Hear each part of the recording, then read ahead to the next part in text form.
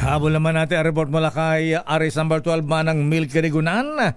Pagpapanagot kay Vice President Sara, pwedeng isampa sa Ombudsman o sa Sandigan Bayan sakaling tuloy may basura sa Senate Impeachment Court. Sino may sabi niyan? Milky Rigunan, please kami, Manang Milky. Lakay at Sister L, pwedeng ipursigi ng Department of Justice sa Ombudsman at Sandigan Bayan ang mga kasong katiwalian laban kay Vice President Sara Duterte. Ang kiakbayan, Party List Representative Chel Jokno, ilan ito sa mga options sakaling tuluyan ng maibasura ng Senate Impeachment Court ang Articles of Impeachment laban sa Vice Presidente. Sabi ni Jokno, sa katunayan mayroon ng mga kaso na naisampa ang DOJ laban kay VP Sara, pero mas mainam sana na ito ay dinggin sa Senate Impeachment Court para maalis din ang mga pagdududa at maipaliwanag ng Vice President ang kanyang panig. Narito si Akbayan Party List Representative Chel Jokno, tandaan ng isyong pambayan.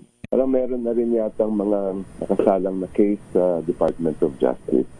Alam niyo, kami po sa Akbayan, ang habol naman lang namin dito ay magkaroon ng pananagutan.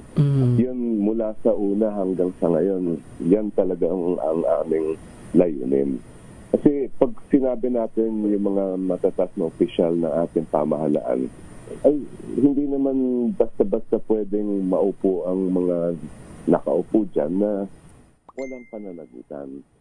And of course, yung pinaka mabuting paraan dyan, yun nakalagay sa ating konstitusyon, ay impeachment. Pero hindi lang naman impeachment ang pwedeng file. Yun nga, may mga criminal cases na pwede rin i-file laban sa kanya kung sino man yung opisyal na yan. Pero aminado rin si Jokno na kung idadaan sa normal na proseso, abutin ng siyam-siyam ang resulta ng investigasyon, lalo't napakatagal bago magdaos ng hatol ang Ombudsman o Sandigan Bayan. Ako si Milky Rigunan nagulat para sa DCRH, una sa Pilipinas, una sa Pilipino. Daming